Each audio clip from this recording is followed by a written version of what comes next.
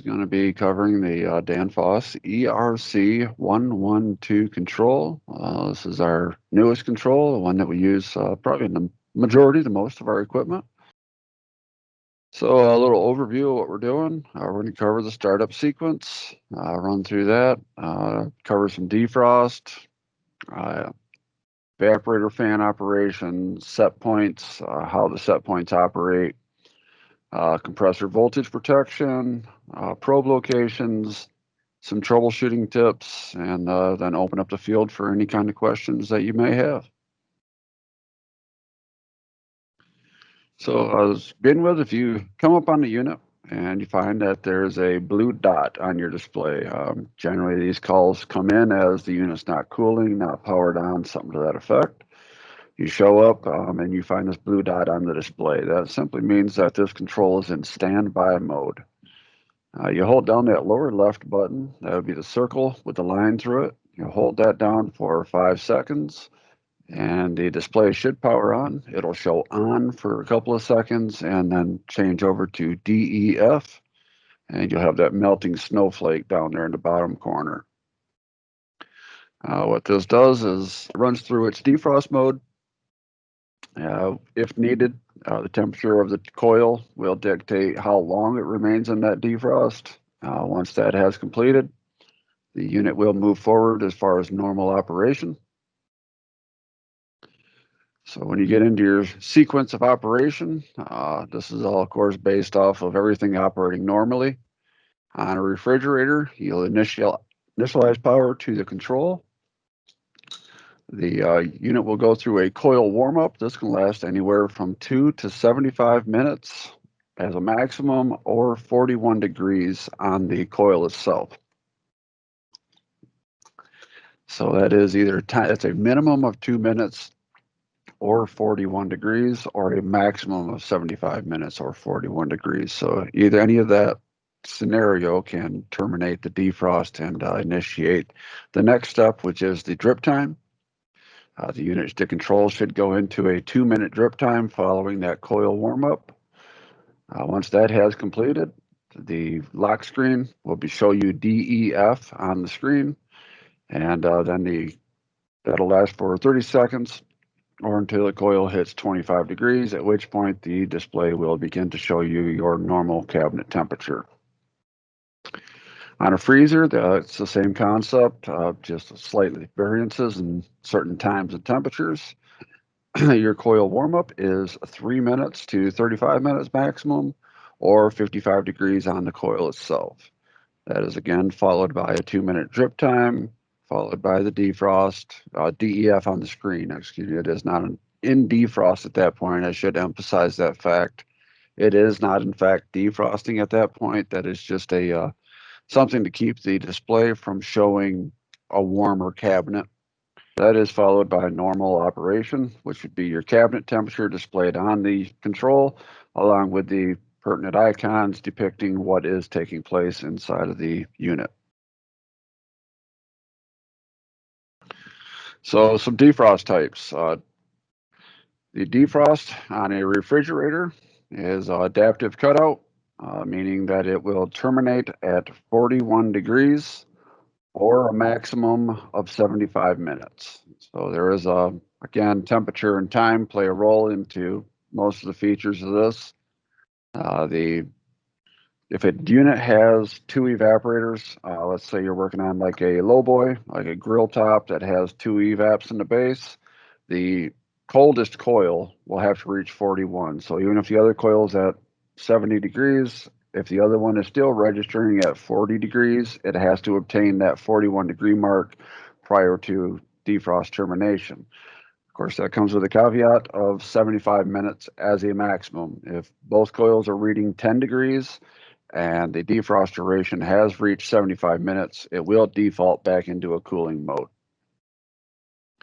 Now, to initiate a defrost, that can occur based on 2 hours of compressor runtime and a 13-degree coil, or 3 hours of compressor runtime. Now, that's accumulated runtime. So if the compressor runs for 5 minutes, the control accounts for that 5 minutes, And as it totals up that time, eventually it reaches the 3-hour mark.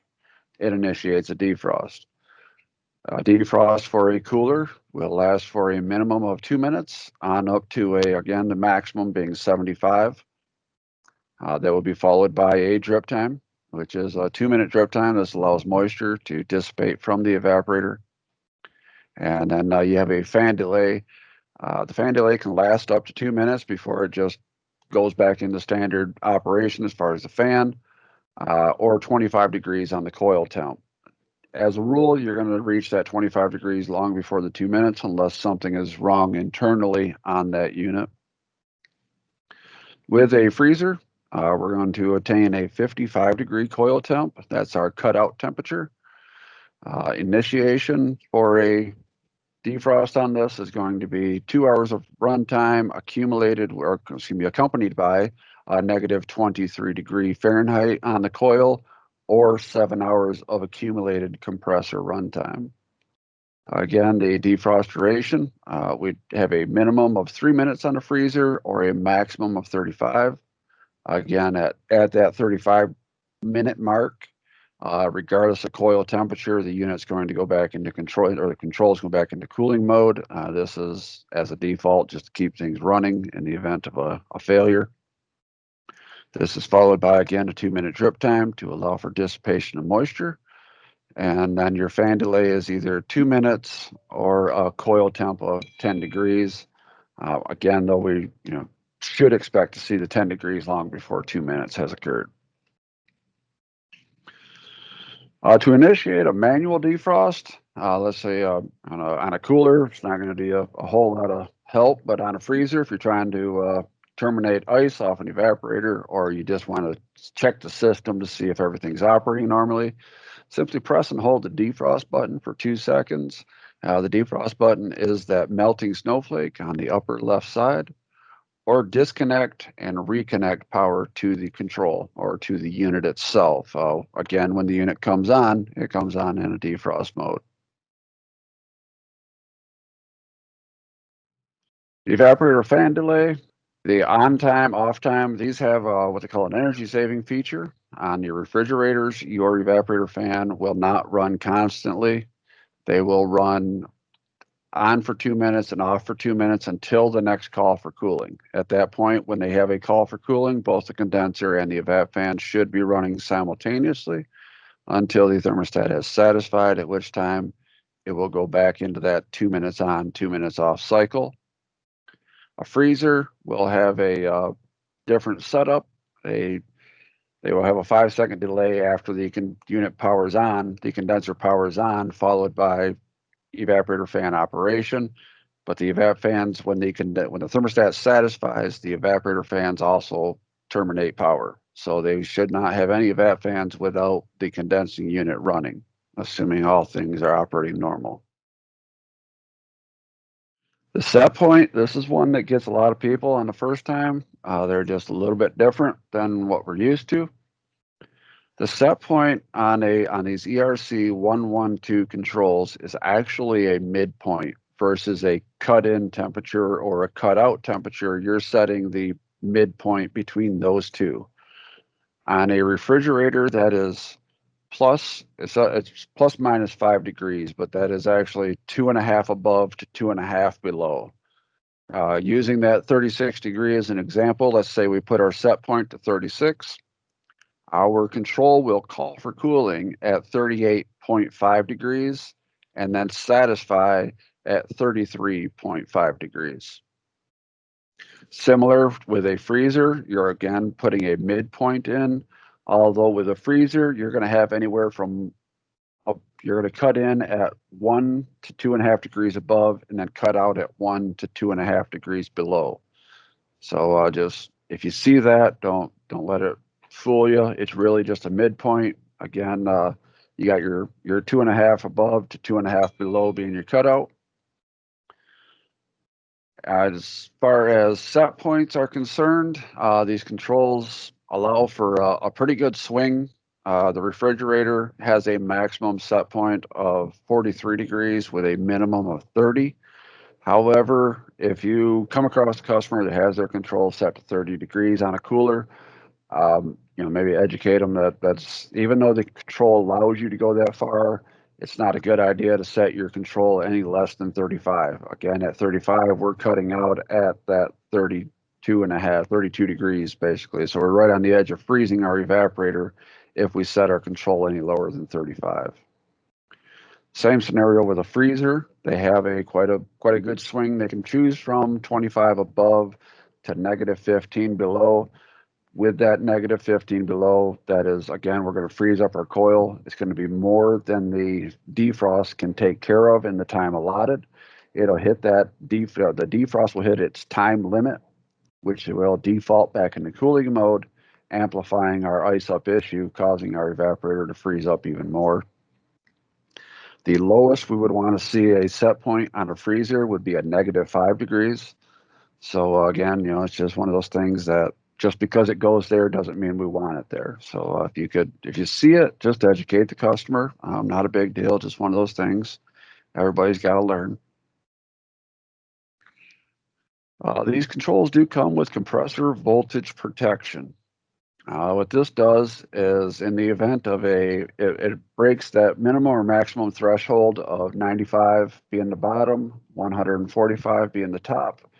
If that control senses a voltage outside of that acceptable range, it will terminate power to the condensing unit. It does not protect the control nor the evap fans, but it does protect the compressor from receiving that high voltage. Generally, this issue comes into play when you're dealing with something operating off of generators, or in areas where they have issues with power surges or brownouts, things of that nature. This will, in fact, protect your compressor from shorting out based on the lower high voltage.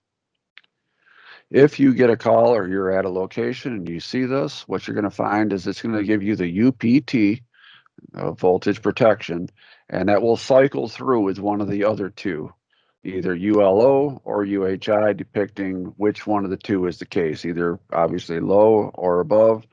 At that point, you can go to their outlet or their power source, check your voltage, and verify which issue you're addressing, and then move forward from there accordingly. On the base units, this kind of touches base back to what we were describing earlier as far as having a second evaporator. What you're going to see on these here, all the units are going to leave with 2 probes. If it has a base, it has 2 probes as a given. If that base has a second evaporator, you're going to have a 3rd probe. So with that, you have your black probe, which is your air probe, and that goes in the return air on the evap closest to the condensing unit. Then you'll have a blue probe in that same coil closest to the condensing unit. And if you have that second evaporator, that is where your 3rd probe, being the green probe, would be located. One thing to note, you see it says the black probe goes into S1, blue probe S2, and the green into S3. Those letters and numbers are depicted on the control itself. If you go to replace probes, take a picture, draw a diagram, whatever the case may be. We get calls at least a couple times a week where a technician has changed out either a probe or a control or both, and they are now receiving an error, not sure why, and we find out that the probe is plugged into the wrong location. It's easy to do. Anyone that's ever been out there can understand that these things happen. So the best defense to that is to simply take a picture, draw a diagram, like I say, whatever the case is, whatever works best for you. Just make sure you note where you took those probes out of so you can get them back in correctly. On a cold wall unit, we call them cold wells, static evaporator, prep tables. Everybody has their own lingo. They now run off of a thermostat and a solenoid versus the older style, which was just a constantly powered solenoid, and the unit cycled off of a pressure switch. These will have a single probe coming off of that control. That probe goes up into a tube. That tube is filled with heat transfer compound. Has the consistency of color of peanut butter. That will have, again, that's a black probe, and that goes into the S1 terminal. On a cold well control, you'll only have one probe. There's no air probes, no other probes available. Simply the one probe goes into S1 terminal.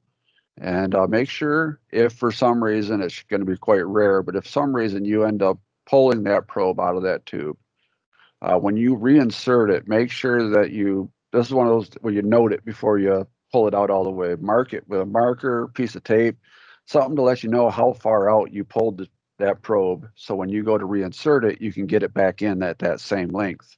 It's very important that that probe is making good contact with the heat transfer compound. If that probe is sitting inside of the tube, sensing air temperature, it will throw off the operation. It will throw off the temperature range that it's receiving, telling the control that it's not cold enough or it's too cold, depending on the situation and where the probe is laying. And essentially what it does, it leads you into chasing your tail until you figure out that that probe is not actually making contact with the compound. Now, return air probes, again, there's a couple of variations depending on which plant this unit was built at. Now, we have three plants, that build units. Mount Pleasant plant uses the black and blue probes. The other plants use the white probes. Now, with that, though, if the blue, if you can just keep in mind that blue, whether it's blue stripes or a solid blue, goes into your coil. And black and white, solid white, are your return air. So blue goes into the coil, and that pretty much eliminates the other options. So just as long as you can remember the blue, you're golden. Again, with the caveat that if it does have a third evaporator, you're going to have the third probe, which is going to be green.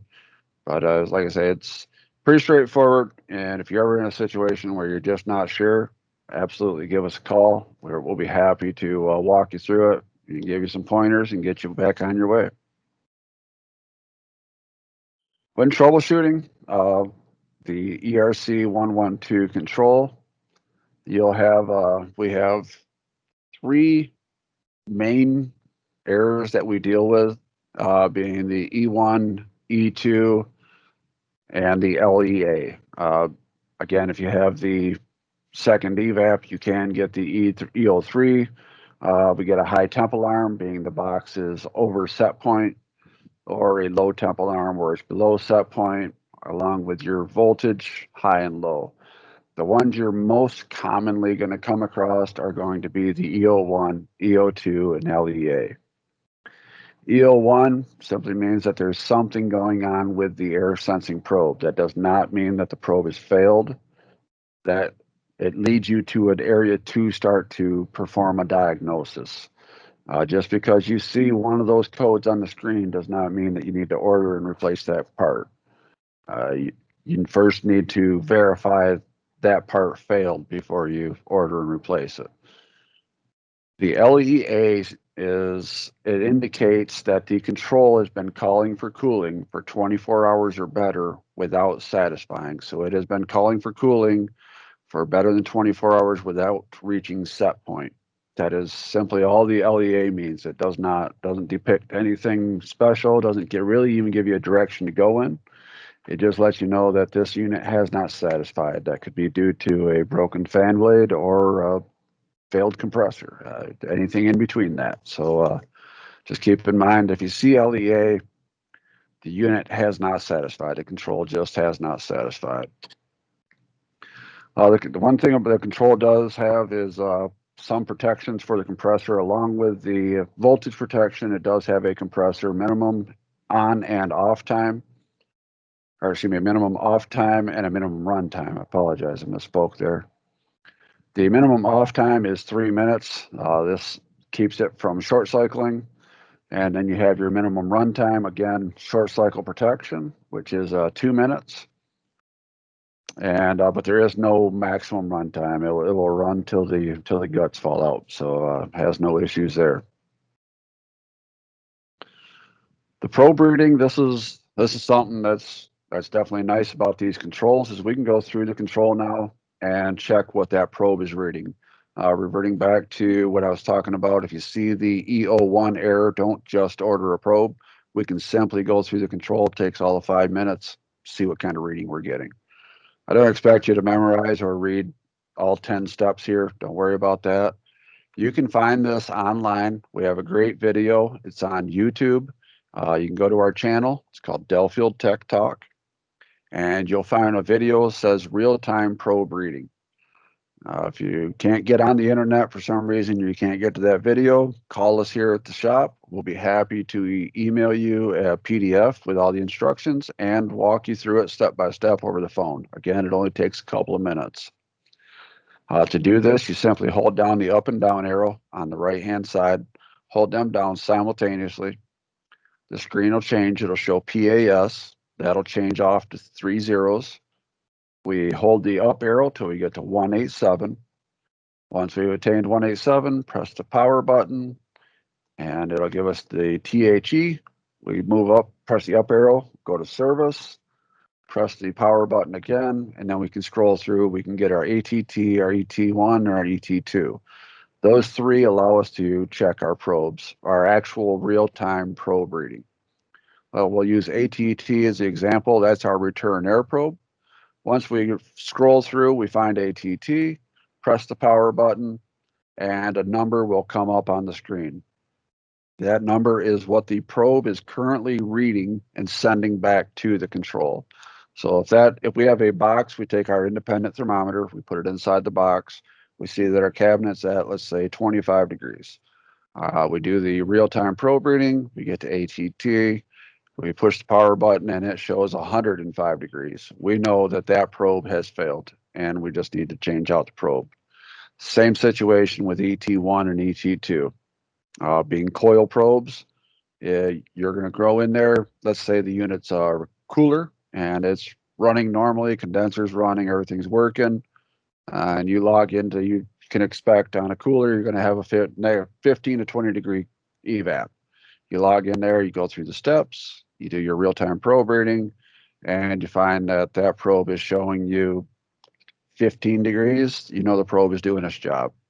If the probe is showing you 150 degrees, then you know the probe has failed. So that's just a very simple way to check your probes rather than the old way of having to pull them out of the unit, put them into ice water, check them for resistance. This allows you to check all that out without the hassle and the time of going through and pulling them all out and such. And again, you can get this video. There's several videos on there. They're all very well. They help out a lot. But this one in particular is called Real-Time Probe Reading, and our YouTube channel is Delfield Tech Talk. In the event that you're dealing with, let's say, an older control, we still keep these up because we sold so many tens of thousands of those that still had that old style of control in it. You'll find you can pull the probe out of the unit, put it into ice water, and you should have 15 to 17 K ohms, 15,000 to 17,000. Anywhere in between those is acceptable. Our target range, our target number is 16,330. That's at a perfect 32 degrees.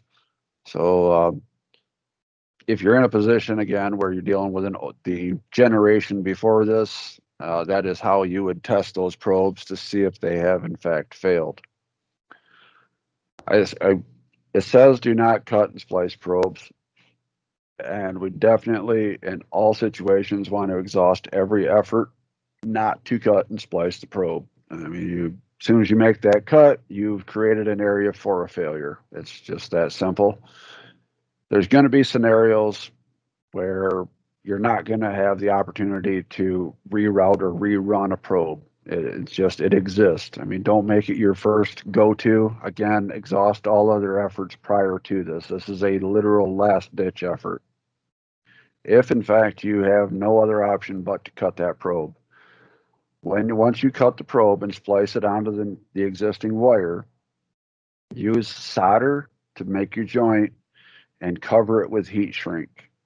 The heat shrink, I can't stress it enough, and I'm sure 99% of everybody that I talk to is going to roll their eyes when I tell you that you got to use heat shrink, because everybody thinks they know they have to use heat shrink. Unfortunately, that 1% is out there, and they will use electrical tape to wrap that thing up. So if you see that, correct it. If you see someone else doing it, correct them. But again, if you absolutely have to cut and splice, please solder your joint and use heat shrink to seal it off. Anybody has any questions, please feel free. I'm open to any questions you have. Yeah, I have a question. What happens if the probe is plugged into the wrong location? You will receive an error code on the display of the control. That would be one of the E01, E02, or E03 errors, depending on which probe is plugged into the wrong location.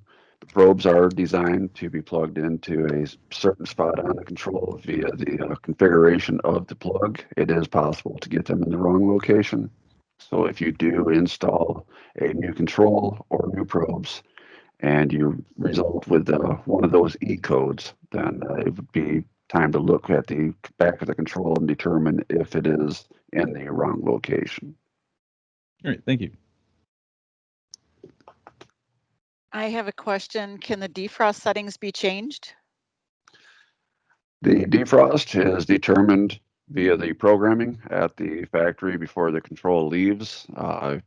Through the control itself, you cannot adjust the defrost settings. That is based upon the programming done at the factory, and unfortunately, it is not changeable via the control.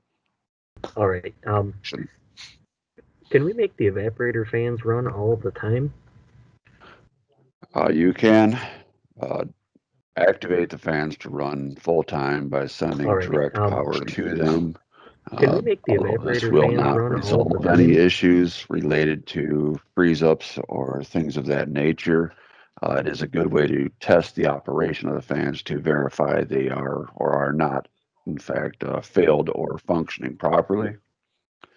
So, but in the end, it is absolutely necessary to put that control back to the way it was before you started, meaning that if you do disconnect the evaporator fans to run direct power to them prior to completion of the service, that should be put back onto the proper terminal so the unit runs as it did when it left the factory.